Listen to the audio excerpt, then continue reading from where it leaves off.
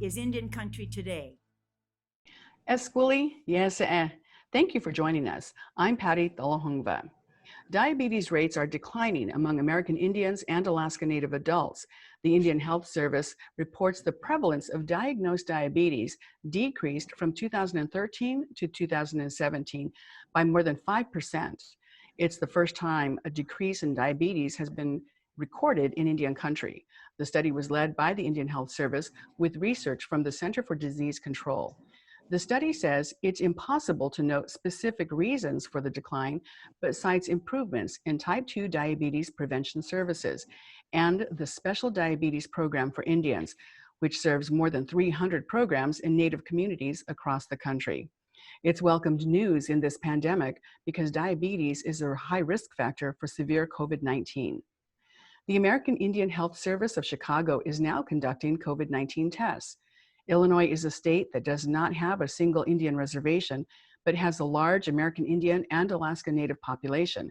People from 154 tribes call the state home. The interim executive director, Roxanne Lavallee Unabia, says testing started on Monday, and so far more than 100 people have been tested. The first results are expected today. First responders and essential workers are being given priority for testing. People who have symptoms outlined by the Center for Disease Control can also get tested. Currently, 67 Native Americans or Alaska Natives have tested positive for COVID-19 in the state of Illinois. In New Mexico, the Attorney General is going to court to force the mayor of Grants to do his job. Mayor Martin Hicks vowed to reopen his city's businesses despite the rising cases of COVID-19. According to the Associated Press, the petition was filed in the state Supreme Court late Wednesday. The governor has issued a health order lockdown, which includes closing all non-essential businesses and limiting gatherings to no more than 5 people. Laguna and Acoma Pueblo are located near Grants, as is Zuni Pueblo and the Navajo Nation. For the latest numbers of COVID-19 positive tests in Indian country, let's go to Jordan Benabigay, our Washington editor. Jordan? Patty,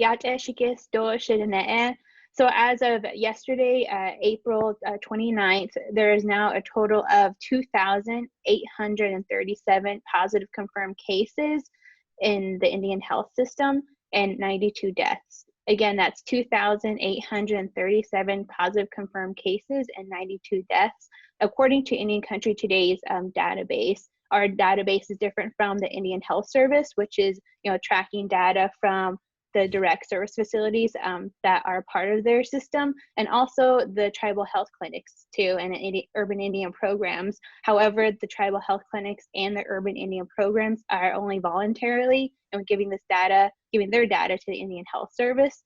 And so Indian Country Today is trying its best to track these cases that are going on. Navajo did see 2 more deaths within their community. Zuni Pueblo in New Mexico actually saw an increase of 12 cases within their Pueblo, and last month they did have 1 death, Patty. And Choctaw had additional cases.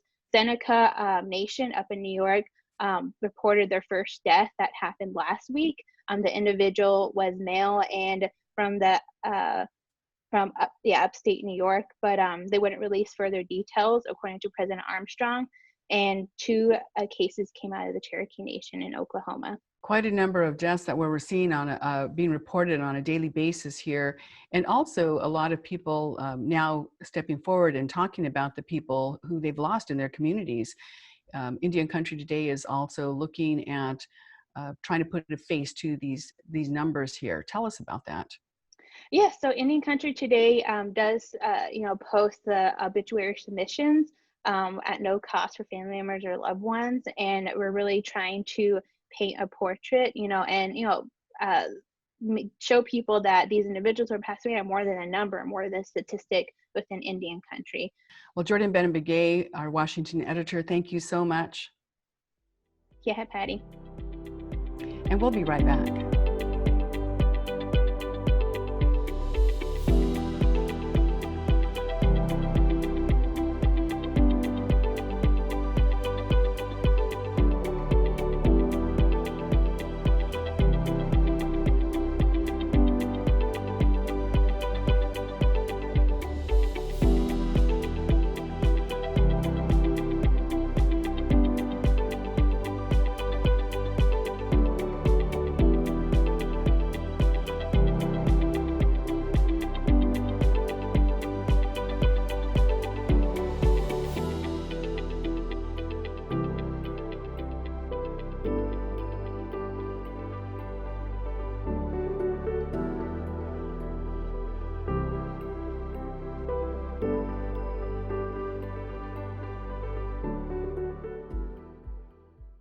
Welcome back. Joining us today is Marlon White Eagle, and he's the president of the HoChunk Nation in Wisconsin. Welcome, President White Eagle. Yes, thank you for having me, Patty. You have some interesting news that came out during this pandemic here. Your tribe was notified that you are now in line to open a fourth casino. Right now, you currently operate 3 casinos.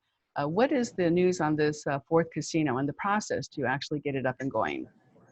Yeah, so a few weeks ago, we got a call from Assistant Secretary of Interior, Tara Sweeney. She called to notify that she would be sending a letter to the governor of the state, Tony Evers, seeking concurrence on the Beloit project. Our compact goes back to 1992, and in there we've had a fourth site, I guess, guarantee, so to speak. And so we've been looking for a site. We have to work close with local officials to get this approval. We have to have support and do all these studies, environmental impact studies and whatnot. And the Beloit project has been moving along. We purchased this property back in 2012. So it's kind of a really long process to get through to, to realize this fourth casino that's been in our compact since early on, the early 90s. Were you expecting this a call during this pandemic, or were you expecting it later in the year? We've been kind of expecting it for a while. The process isn't an easy process. It's it's almost a disadvantage for tribes. This particular was an off reservation, and the HoChunk Nation, we don't have a real reservation per se. We have tribal trust land, so we're pretty much scattered throughout the lower portion, the lower half of Wisconsin. So finding a site, we're down there at the Beloit area. We have our ancestral territory was from right about Green Bay over to Minneapolis, down to St. Louis, back up through Chicago. So it was a large territory that we had at one time. So you're going back to some ancestral lands for the location of this fourth casino. Right. They call it HoChunk is the area. There was a village. HoChunk is turtle. I see. Now, I can't imagine tribes dealing so much with COVID-19 and then taking on this kind of project. How is the tribe functioning? Is it, just everything going on despite the pandemic? On one hand, you kind of have to stop to really take care of the pandemic and your people, but on the other hand, there's all this tribal business that's going on. Is that what's happening with HoChunk? Right. Yeah, earlier in the early part of March, the mid part of March, we closed our casinos. One of our gaming sites in Madison, Wisconsin, the state capital, there it was sort of a hot spot, and early cases were there for the virus. So that property closed about the 17th of March. And then collectively, the tribes in Wisconsin said we're all gonna close by the 20th. So that occurred. We closed a little bit earlier than that. So we just wanted to be a part of the solution and not so much part of the problem, and being a liability for the spread of the virus. That's very interesting to hear that the tribes came together and collectively decided to close all the casinos in one state at one time. That's not the case in other states with a number of tribes who operate casinos there. Right. Yeah, and one of the things that we've been doing weekly is all the tribal leaders. We get on a call with the governor weekly. We had that yesterday, so we do updates regarding how we're all dealing with the pandemic here. Mm-hmm. So is that an act of sovereignty, closing the casinos? It is. It was the governor's always said, you guys are sovereign and you could open, but in terms of dealing with this public health issue, we have to. We wanted to have a united front on there in terms of because we've seen spikes. Milwaukee was really hard hit, so the Forest County, Potawatomi, they closed down, and when they closed down, Menominee up north seen a spike. Additionally, in one of our areas in the Toma, Wisconsin, when it was still open, we seen a spike in attendance there just because it was open. So we knew people wanted to get out, and we knew the demand for gaming was there, but we didn't want to be a part of spreading the virus. So it was keeping people safe, keeping the customers safe and employees safe. Yeah, and your tribal members, because I'm sure a lot of them work at those casinos too. Right. Yeah. So what indicators are you looking at to reopen the casinos? We're looking at, we have, similar to the governor here in Wisconsin, he issued a safer at home order, and likewise, tribally, we've done that. I think the other tribes have done the same thing. So it's really a united effort to try to keep the people safe, in our state here in Wisconsin. So we set up an incident command right away, and our health department's been instrumental. We work well with the county, so how it's working, the counties do the initial testing, or they kind of let us know when the tests come back positive, and then there's an investigation that goes along with, where were you, when were you exposed, and so really trying to follow all the health professionals' guidelines and their advice. That's the contact tracing that we've talked a lot about on our newscast, and that's trying to pinpoint where that person had contact with someone who was positive. And so really retracing all of their footsteps for the last couple of days to see who they came in contact with or where, and then finding that location and possible people who are also testing positive. Are you happy with the contact tracing that's been done so far with for the HoChunk people? Yes, we're pretty happy. We've worked with our legislative body, our lawmaking body, to put some laws in place where we can have a little more control if people aren't going with the health guidelines, that we can impose curfews now. So that's a tool that is there that we hope we don't need, but we want to just keep everybody safe. Here at work, we test temperatures of the employees that are here, and we've even required masks when social distancing isn't available. Tight quarters, small office space, that you would wear a mask. So we're trying to take all the appropriate measures based on what our health department's telling us. What is the population for HoChunk? We're about just over 8,000 tribal members. Employee-wise, we're about 3,300, and due to the pandemic, a lot of it was our gaming facilities. So there we've reduced our numbers down from 66% layoff of our staff. Oh, that's got to be tough. Oh yeah. It's really, just the other day, we've been developing our reopening plan, and the state, we've kind of seen the numbers kind of flattening out. They're lowering. So,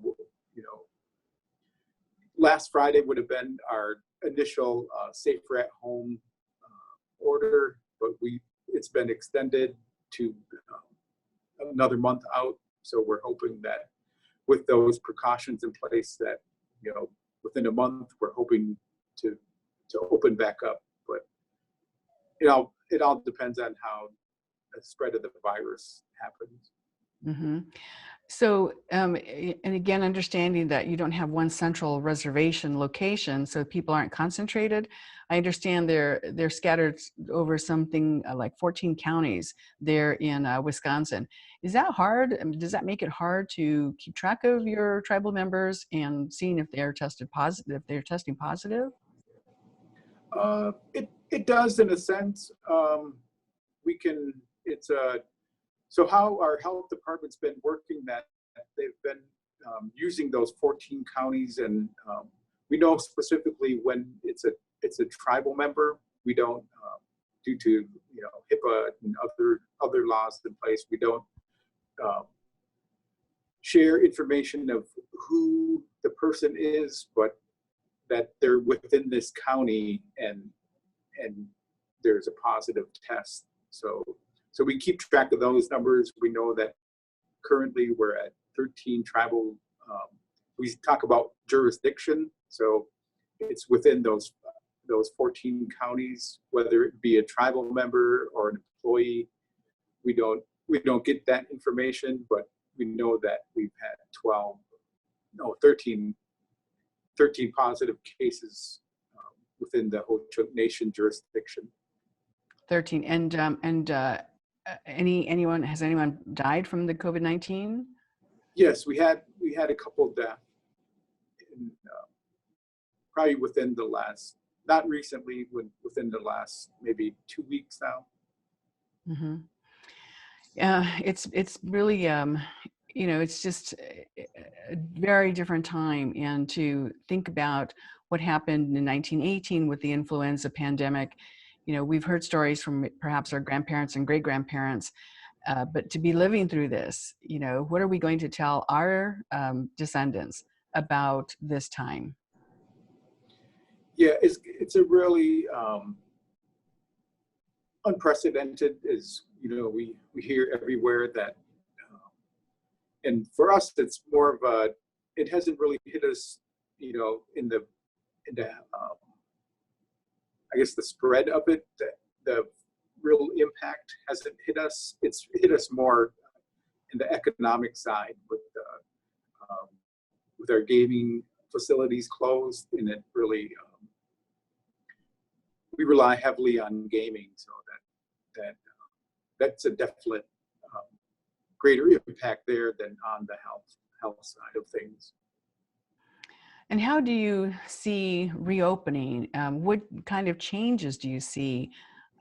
Because the nature of a casino is people are jammed together, right? You want Right. as many machines in there as you can get to have as much income or revenue. So how is that going to look different? Yeah, I think one of the things that we do have is in the plans we're looking at opening the machines, and so it's going to be a lot of cleaning.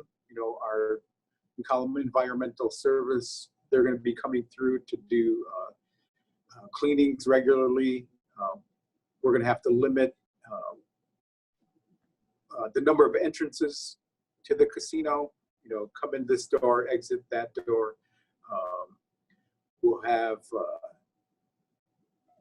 there's gaming regulation, so I think all the machines. It was even hard to turn the machines off when we did turn them off, but it's a real cost savings to be able to turn them off. But so we'll have to have all the machines on. We'll rely heavily on our slot machines to bring the revenue back in. Table games, there's a little more overhead there in terms of having more employees on. So we're looking at those numbers and how we can get the revenue back to where it was. A lot of it, you'll see the partitions, the plexiglass, and so table games may be limited in terms of, instead of having 6 or 8, I forget how many seats are there, but limiting it to maybe 3 or 4 per table. So, and then you'd probably have to go every other table open versus, like you're saying, having them all jam-packed in there. Well, I'm just trying to picture what a roulette table will look like, and because you're shoulder to shoulder with everyone. Not that I have personal experience with that, but Yeah. yeah, I mean, you look around and you see that. So. What are those changes? What about smoking? There is a movement that is going around to have tribal casinos reopen as smoke-free facilities. And when you consider some of the reports that are coming out that show uh, the virus can linger on the smoke as it drifts away, and then you think about air fans circulating that. Is that a consideration that you're looking at to reopen Yeah. as a smoke-free facility? Yeah, we do have one.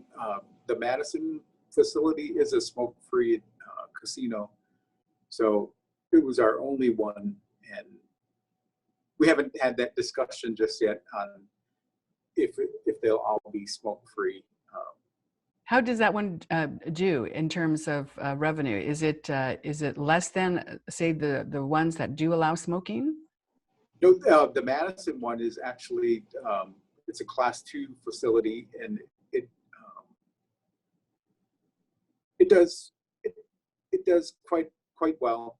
It does quite well without the smoking in there. So we know that's not a deterrent. It's just a lot of our regular employees, our regular gamers. They favor the smoking, and so we'll have to determine that. Yes.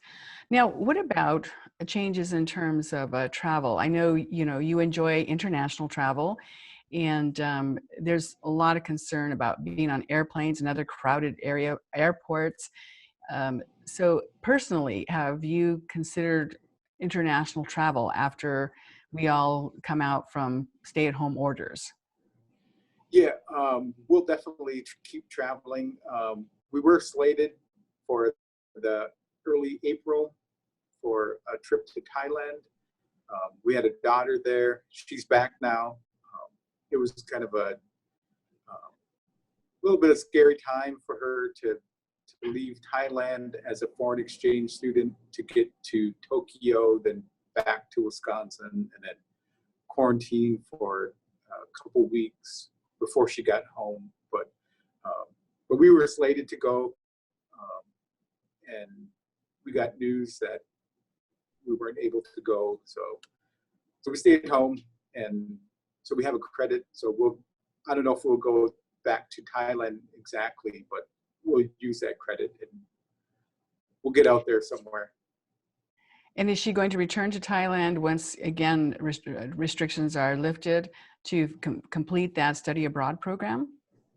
No, it's pretty much a done deal. She was in the summer. They have a different school schedule, so she was done and she was on summer break, and so she won't have to go back. Okay.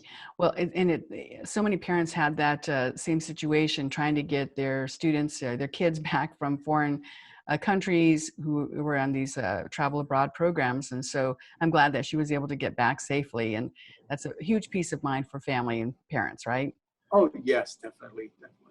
What about the handshake? We're talking a lot about how, everyone's washing their hands so thoroughly now. Do you think that coming out of this, that will change too? The handshake will go away? Yeah. I think it will. I mean, it'll be great to hug everybody at some point, but the handshake will. I see people doing the elbow bump right now. Yeah. So many But changes. even that's too close. Yeah. This heightened awareness of how much germs our hands carry. It's incredible. Any last message to Indian country before we go?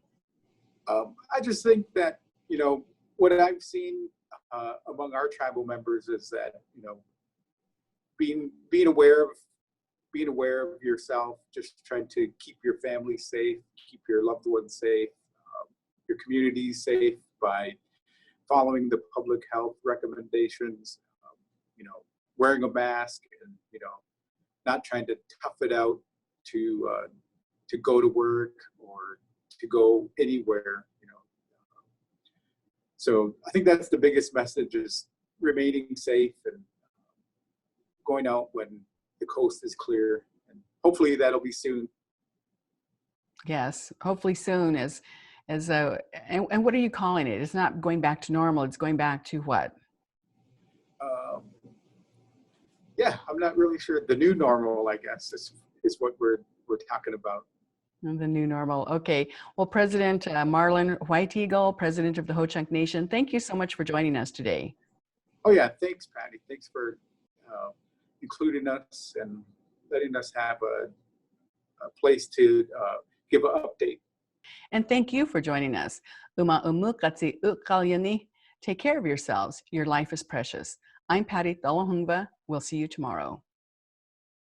This is Indian Country Today.